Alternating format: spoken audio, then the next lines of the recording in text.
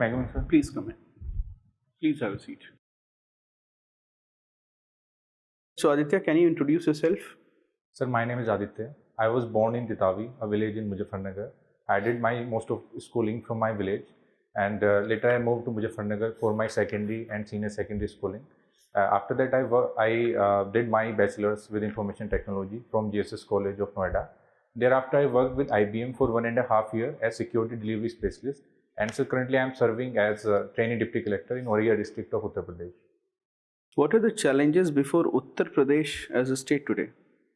So there are many challenges in different areas, and most prominent among them is regional imbalances in terms of infrastructure, availability of opportunities, and secondly, sir, in terms of education, we have a demographic advantage. So on that front also there are certain challenges as highlighted by reports like ESSER. Third, sir, in infrastructure with respect to health, as it is evident from maternal mortality rate and infant mortality rate. And so fourthly, with respect to diversify its economy in terms of industrial base in different parts of Uttar Pradesh. And so finally is to utilize or tap the full potential of agriculture. Uttar Pradesh has advantage of geography in terms of agriculture, but there is still scope for improving its productivity and raising farmers' income. Uttar Pradesh has come up with a population policy, and do you agree with the policy? Sir, I believe that a state like Uttar Pradesh needs to put effort towards optimum population for utilizing its resources in a balanced way and maintaining a proper balance.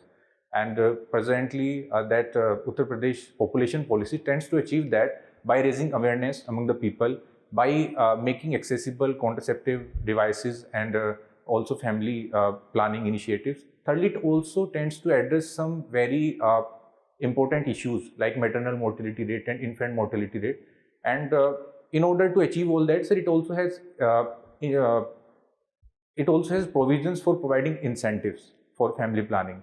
So according to me, it's a good initiative to achieve optimum population. But everybody is saying that already UP has moved from 3.8 TFR to around 2.7. So automatically it will stabilize. Then what is the hurry? So it's true that currently Uttar Pradesh has TFR of 2.7, and in coming few decades we will achieve replacement rate, that is TFR of 2.1. But in order to increase the pace of achieving optimum population at a time when Uttar Pradesh is passing through various reformative measures, both in terms of infrastructure as well as initiatives to promote health and education. So from that perspective, no, what could possibly be the trigger point for having it right now, for bringing this policy right now? So in my opinion, it is present issues which we are facing. If in terms of burden on existing resources, that is evident from per capita land holding in Uttar Pradesh, where 92% farmers are small and marginal. Secondly, in other areas there are issues with respect to high maternal mortality rate and infant mortality rate, which is somehow also links to number of children or issues with family planning, as we have seen in Uttar Pradesh. And so did the pandemic also act as a trigger point? Uttar Pradesh was struggling to meet its health commitments to its citizens during the pandemic. So does that also make a case for population control? Sir, it could be a factor, but what I have observed is that it's a long pending discussion over population policy. And even during COVID pandemic, after facing initial hiccups, Uttar Pradesh has been able to overcome all the challenges. And currently it is one of the best performers in terms of testing as well as in vaccination.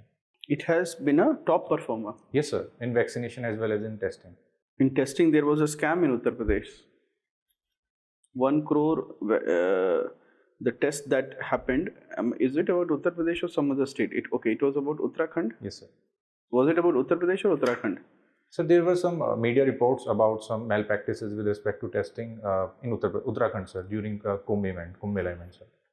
Aditya, internet and versus roads, which is more important? So I think both are important. One provides connectivity in physical space, another one provides connectivity in digital space. So where are you posted currently? Sir, I am posted in Auraiya district of Uttar Pradesh. Auraiya district. Yes, have you been to the villages? Yes, sir. Are the roads good or are they fine? Sir, there are issues with respect to connectivity from district headquarter to rural area. What do the people want? Roads or internet? So priority is for roads in Orissa district. What is the advantage of building a road versus providing internet? Why is a road more important than the internet sometimes? Sir, we have digital divide where internet and electronic equipments are not available to all people throughout our country. So people have basic demand for roads that makes them to access various government schemes, various policies, as well as to meet their day-to-day demands, both in terms of livelihood, health, and education. And then comes internet connectivity, as we still have to cover a longer path to ensure digital literacy and digital accessibility throughout our country. You do reflective diary writing. What did you write in today's diary or yesterday's diary? So I have written about my yesterday's events occurred in the whole day. So I just reflected what I have done and what could I have done to improve those actions. As it helps me in gaining different perspective, how it can be improved, as well as in expressing certain things which I want to improve and to work on them for future course of action. What does India want in Afghanistan? Sir, we want peace and stability through Afghan land, Afghan owned and Afghan controlled policy. And for that, we are cooperating and collaborating with different countries as well as platforms. Should we talk to Taliban also?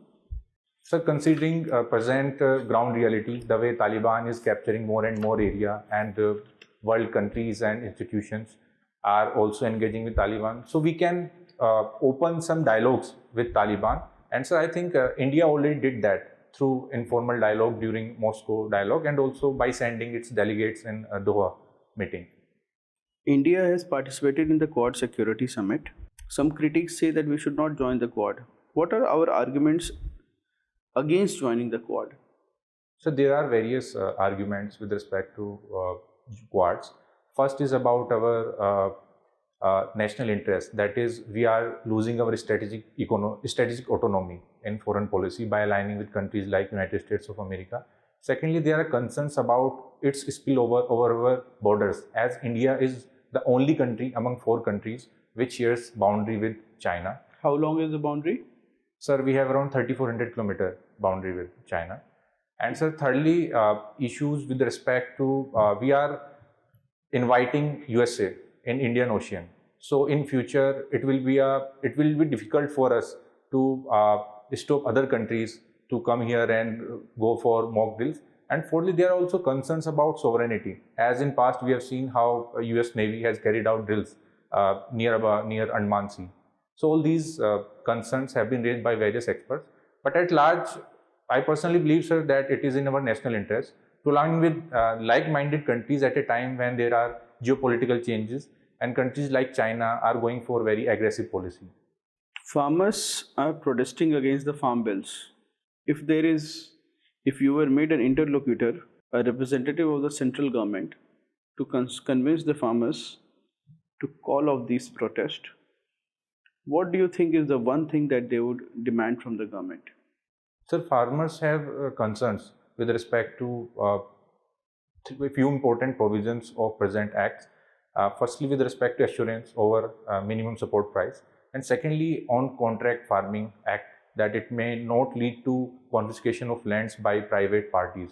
So as a government interlocutor, I will try to address their concerns by assuring them, by ensuring meetings with the government, our political leaders as well as farmers leaders, that it is not going to be taken away from them. And I would also like to justify my stand by showing them data that this time we have procured one of the highest rice and wheat quantity from different states under MSP. So Aditya, why you are so unhappy in the state administrative service? What is IAS offering you that you want to join IAS only? Sir, I am happy with my present job as it provides me opportunity to work at ground level. And reason for joining or going for IAS is that, sir, firstly, it will offer me more opportunities to work under Government of India. In future, it may also provide me an opportunity to contribute in policy making. And secondly, sir, it is a swifter career progression, which helps me in reaching to that level. Otherwise, it will take some time in present job, sir. All right, your interview is over, Aditya. Thank you, sir.